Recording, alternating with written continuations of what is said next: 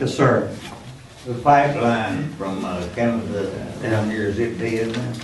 It's dead for now, unfortunately, but that's not going to be the end of the story. We're talking about this Keystone XL pipeline, which is a pipeline that's been planned for a long time between the middle of Canada down through the heart of the country to refineries on the Texas Gulf Coast. And the president just basically nixed it, at least for now.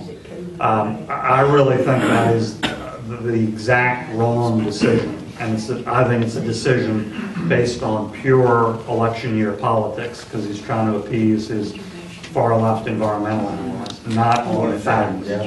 Yeah, it's 20,000 jobs, it's $7 billion of investment, it's 700,000 barrels of oil a day from a completely reliable allied Canada. That's the entire amount we get a day, for instance, from Venezuela. From a nut job in Venezuela, we could end that trade with Venezuela and get it from Canada instead. I mean, I would like not to have to import it from anywhere, but I vote for Canada over Saudi Arabia. I vote for Canada over Venezuela. We got a lot of people here as well, you know. Yeah. So that's where we are now, but that's not the end of the story.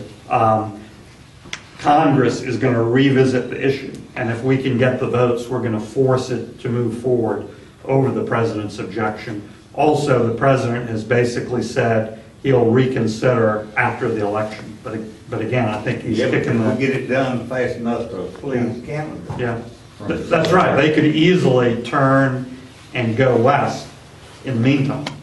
That's right. I don't understand how even the president can have that much power.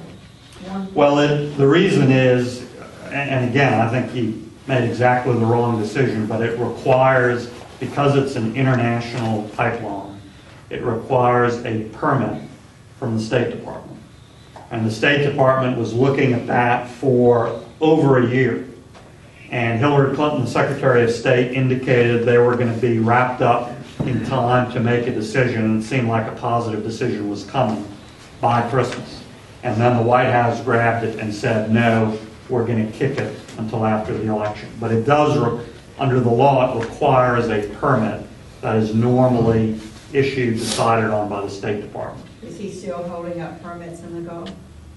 Yeah, they're coming very slowly, and that's a problem too. In the Gulf, we're not back up to the pace of permitting like we were before the BP disaster, and we need to get that activity going again. Now look, we need to obviously learn lessons from that disaster and do things different, but we need to get people back to work. It's still well below the level of activity before the BP disaster.